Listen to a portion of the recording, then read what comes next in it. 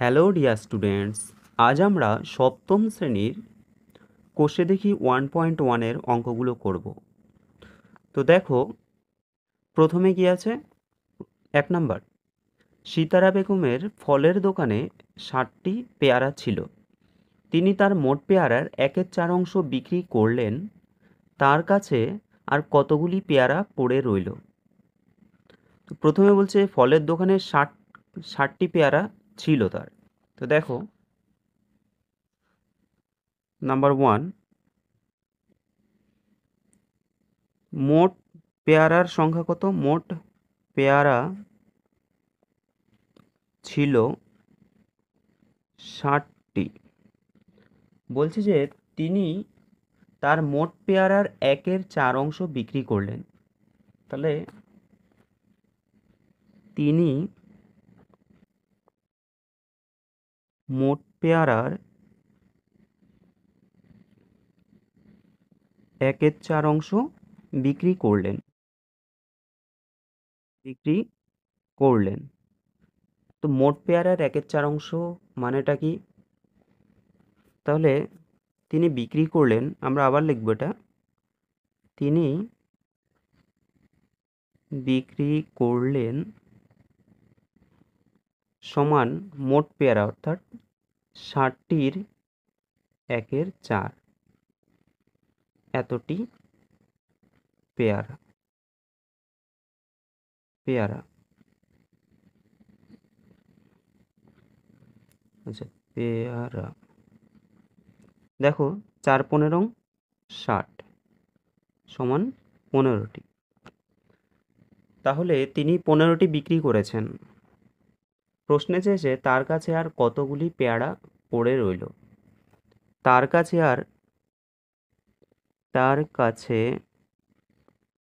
আর পেয়ারা পড়ে রইল কত হবে? 60 বিয়োগ 15টি, অর্থাৎ 45টি। আশা করি বোঝা গেল। দ্বিতীয় প্রশ্ন দেখো, বলা হচ্ছে মা আমাকে 60 টাকার 5/6 এবং দাদাকে 45 টাকার 7/9 দিয়েছেন। মা কাকে বেশি টাকা দিয়েছেন? এটা হিসাব করতে বলছে আমাদের। দেখো কিভাবে করব আমরা। কোয়েশ্চেন নাম্বার 2, মা আমাকে 60 টাকার 5/6 দিয়েছেন। মা আমাকে দিয়েছেন সমান 60 টাকার 5/6। আচ্ছা, 60 টাকার 5/6 মানে কি? 60 গুণ 5/6, এত টাকা। 6×10 = 60, 5×10 = 50 টাকা। অর্থাৎ মা আমাকে দিয়েছেন 50 টাকা। এবার দেখো দাদাকে কত টাকা দিয়েছেন। লিখব মা দাদাকে দিয়েছেন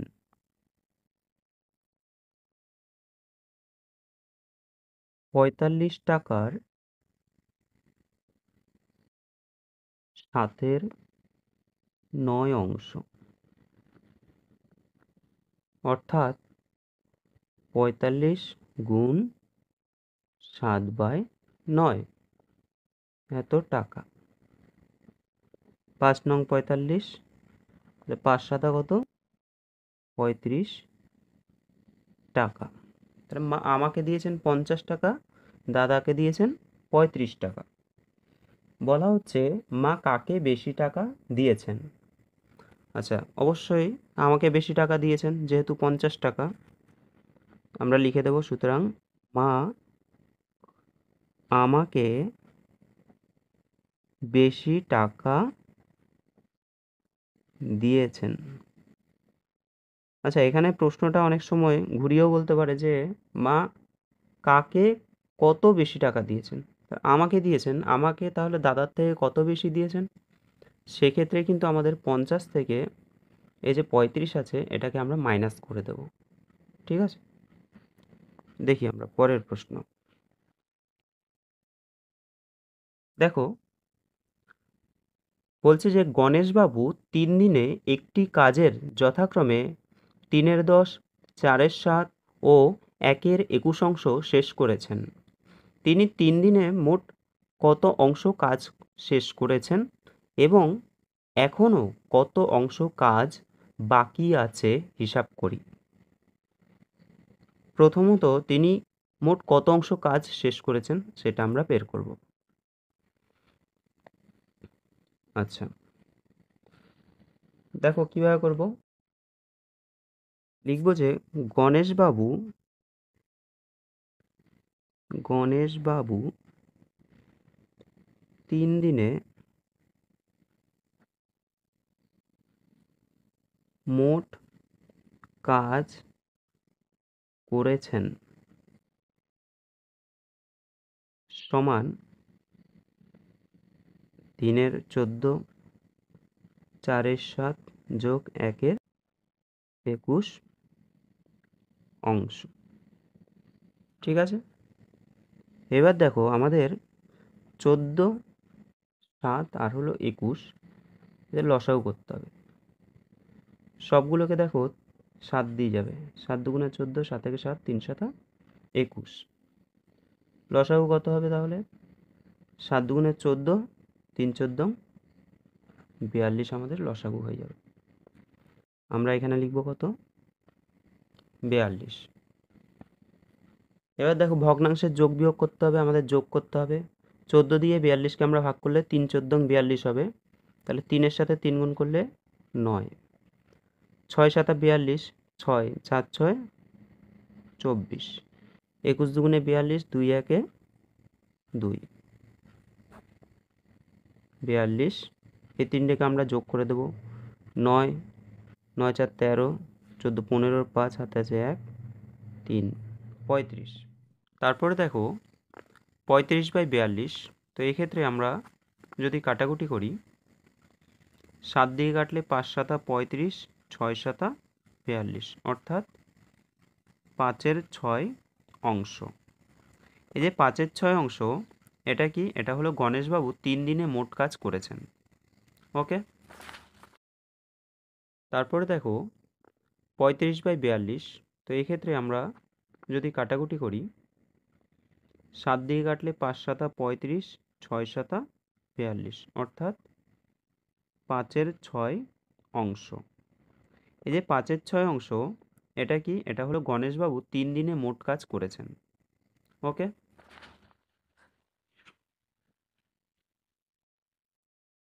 তারপর দেখো বলা হচ্ছে যে এখনো কত অংশ কাজ বাকি আছে। কত অংশ কাজ এখনো বাকি আছে, তো আমরা ধরে নেব যে, ধরি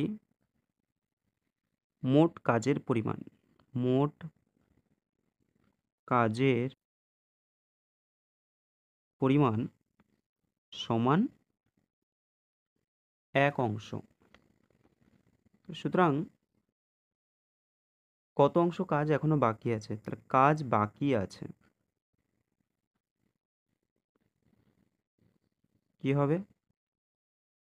1 মাইনাস, আমাদের ওখানে কত আসলো? আচ্ছা, এখানে এসছে 5/6 অংশ, তাই তো? 1 মাইনাস 5/6, 5/6 অংশ সমান 6 বিয়োগ 5, অর্থাৎ পড়ে থাকবে আমাদের 1/6 অংশ। ওকে, নেক্সট দেখো কোয়েশ্চেন নাম্বার 4। একটি বাঁশের দৈর্ঘ্যের 1/3 অংশে লাল রং, 1/5 অংশে সবুজ রং এবং বাকি 1/14 মিটারে হলুদ রং দিয়েছি। বাঁশটি কত মিটার লম্বা হিসাব করি। এই অঙ্কটা কিভাবে করব আমরা? দেখো, লাল রং 1/3 অংশ আর সবুজ রং 1/5 অংশ। আমরা ধরে নেব কোয়েশ্চেন নাম্বার 4, ধরি মোট বাঁশের দৈর্ঘ্য 1 অংশ। আমরা পুরোটাকে 1 অংশ ধরে নেব। বলছে যে 1/3 অংশ লাল এবং আচ্ছা এটা লিখে নিই, বাঁশটির 1/3 অংশ লাল ও 1/5 অংশ সবুজ রং করা হলে বাকি বাঁশের অংশ সমান 1 মাইনাস 1/3 মাইনাস 1/5 এত অংশ। অর্থাৎ 1 থেকে আমরা এই দুটোকে মাইনাস করে দেব। কত আসবে দেখো, 3 5 15 লসাগু হয়ে যাবে।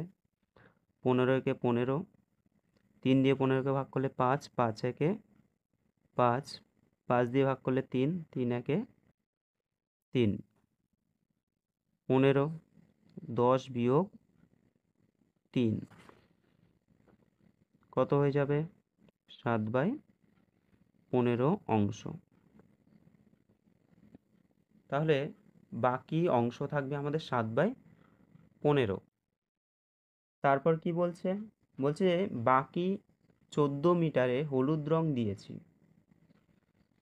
এখন বলতে পারি আমরা মোট বাঁশের 7/14 অংশ, এটা সমান বলছে যে 14 মিটার। প্রশ্নে বলা আছে। তোমরা অবশ্যই যখন আমি অঙ্কগুলো করাচ্ছি অবশ্যই কিন্তু বইটা সামনে নিয়ে বসবে। আচ্ছা, মোট বাঁশের 7/15 অংশ হলো 14 মিটার। তাহলে মোট বাঁশের দৈর্ঘ্য কত হবে? সুতরাং মোট বাঁশের দৈর্ঘ্য হবে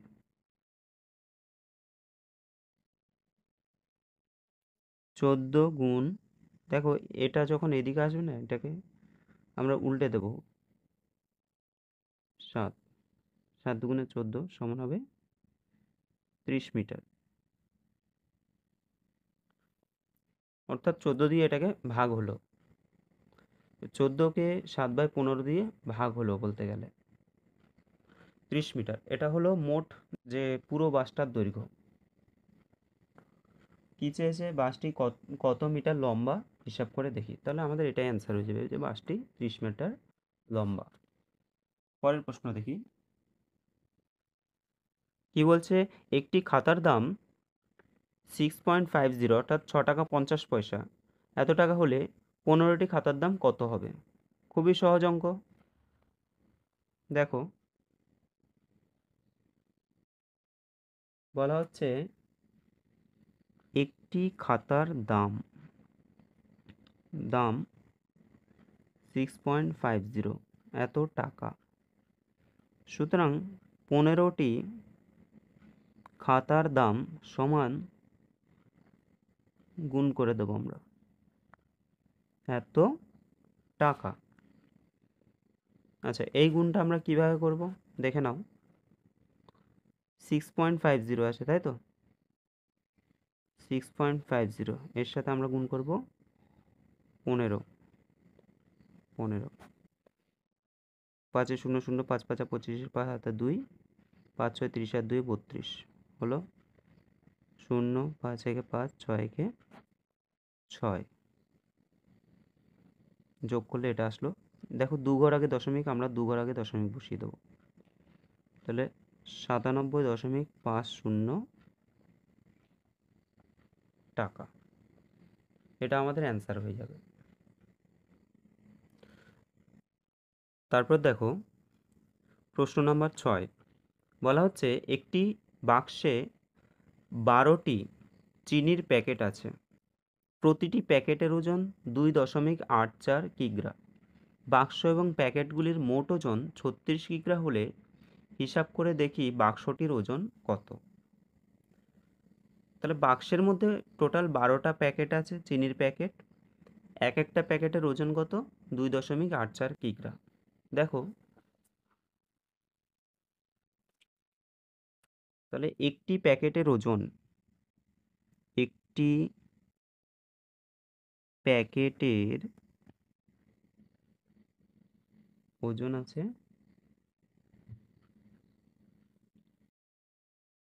এত কিগ্রা।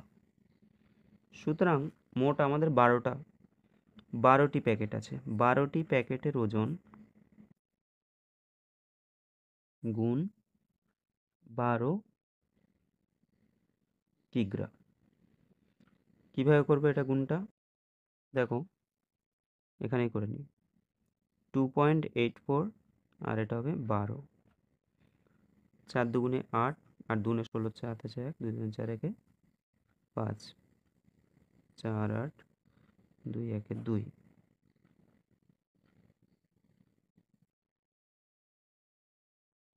তো এখানে আমরা 2 ঘর আছে যেহেতু 2 ঘর আগে দশমিক দিয়ে দেবো, সমান বলছে 34.08 কিগ্রা, এটা আসলো। আচ্ছা, তারপরে কি বলছে? বলা হচ্ছে বাক্স এবং প্যাকেটগুলির মোট ওজন 36 কিগ্রা। বাক্স আর প্যাকেট মিলে মোট ওজন হলো 36 কিগ্রা। তাহলে বাক্সটির ওজন কত হবে? তাহলে এই লাইনটা আমরা লিখে নেব যে বাক্স এবং প্যাকেটগুলির মোট ওজন 36 কিগ্রা। তোমরা এক কাজ করবে, এই যে গুণটা করলাম এটা কিন্তু রাফে এসব জায়গায় করে নেবে এটা। আচ্ছা, বাক্স এবং প্যাকেটগুলির মোট ওজন 36 কিগ্রা। সুতরাং তার বাক্সটির ওজন কত? সুতরাং বাক্সটির ওজন হবে,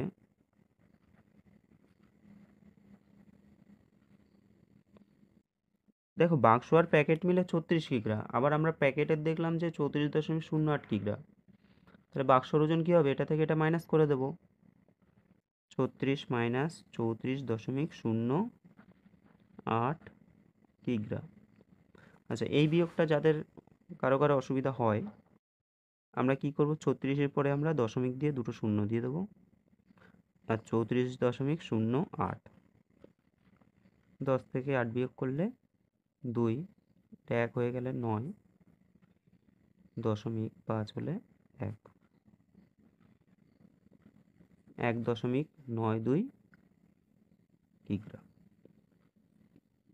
ওকে, পরের প্রশ্ন দেখি, কোয়েশ্চেন নাম্বার 7, সাতেরটা কি বলছে? এক বস্তা চালের পরিমাণের 0.75 অংশের দাম 1800 টাকা হলে 0.15 অংশের দাম কত হবে হিসাব করি। দেখো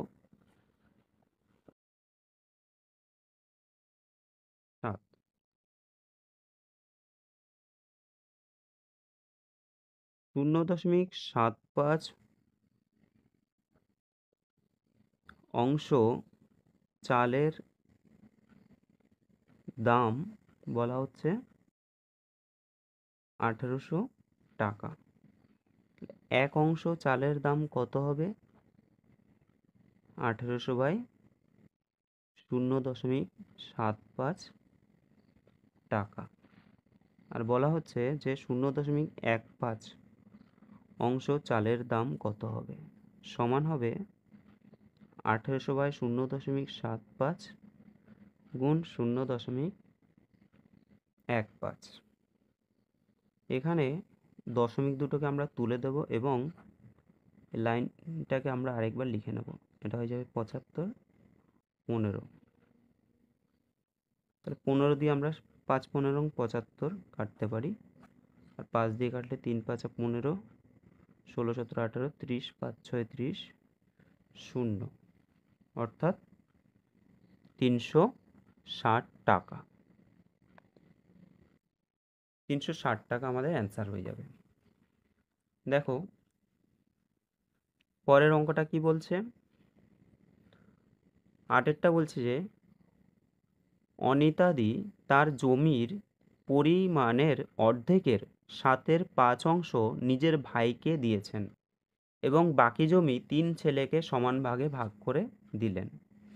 প্রত্যেক ছেলে কত অংশ জমি পেল তা একটি চিত্রের সাহায্যে দেখায়। তো কিভাবে করব? এখানে বলছে জমির পরিমাণের অর্ধেকের 7/8 নিজের ভাইকে দিয়েছেন। দেখো, অর্ধেকের, তাহলে পুরো জমিটা আমরা এঁকে নিই।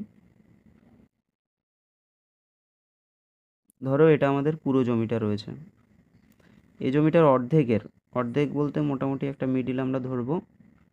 অর্ধেকের, আচ্ছা 2 4 6 8, 8/7 দেখো এখানে আমরা 8 ভাগ করব।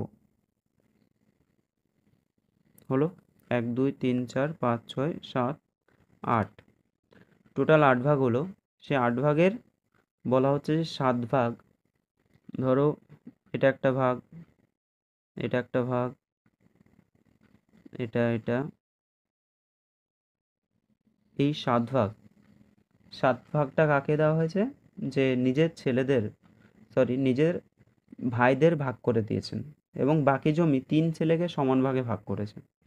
বাকি জমি কয়টুকুনি? দেখো আমি যদি এখানে মার্ক করি, এটা এখান থেকে একেবারে এই অংশটা কিন্তু আমার বাকি জমি। ওকে, বেশ। বাকি জমিটাকে যদি আমরা একই রকমভাবে ভাগ করি, কি হবে?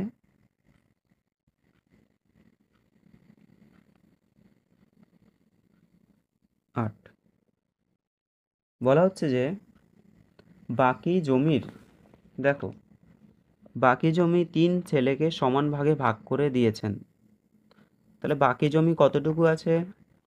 টোটাল যা জমি আছে, টোটাল জমিটাকে আমরা কত ভাগ করলাম? টোটাল জমিটাকে আমরা কিন্তু 16 ভাগ করলাম। সে 16 ভাগের মধ্যে আমাদের পড়ে আছে 2 4 6 8 একে 9, 9 ভাগ পড়ে আছে। আচ্ছা, এবার দেখো এখানে আমরা কি করেছিলাম, এখানে আমাদের বলেছে হাফ জমি, সেই হাফ অংশের 7/8 অংশ, অর্থাৎ মোট হলো 16 ভাগের 7 অংশ, এটা হলো ভাইদের মধ্যে ভাগ করে দিল। আর 16 ভাগের 9 অংশ পড়ে রয়েছে, সেই 9 অংশ হলো ছেলেদের মধ্যে ভাগ করে দিল, ছেলেদের মধ্যে। আচ্ছা, তাহলে প্রত্যেকে 3 জন ছেলের জন্য এটা এক একজন কত করে পাবে? তাহলে 9/16 ভাগ 3, অর্থাৎ 9/16 গুণ 1/3, 3 3 9, 3/16 অংশ করে পাবে। ঠিক আছে, এবার আমরা এই অঙ্কটা কিভাবে প্রথম থেকে দেখিয়ে দেবো কিভাবে করব। প্রথমত বলেছে যে নিজের ভাইদেরকে দিয়েছেন, তিনি নিজের ভাইদের ভাইদেরকে নয়, ভাইকে দিয়েছেন। বলছে যে অর্ধেকের মানে হাফ ইন্টু অর্ধেকের 7/8 অংশ সমান 7/16 অংশ। বাকি জমি পুরোটা যদি 1 অংশ ধরি, বাকি থাকবে 1 বিয়োগ 7/16 অংশ,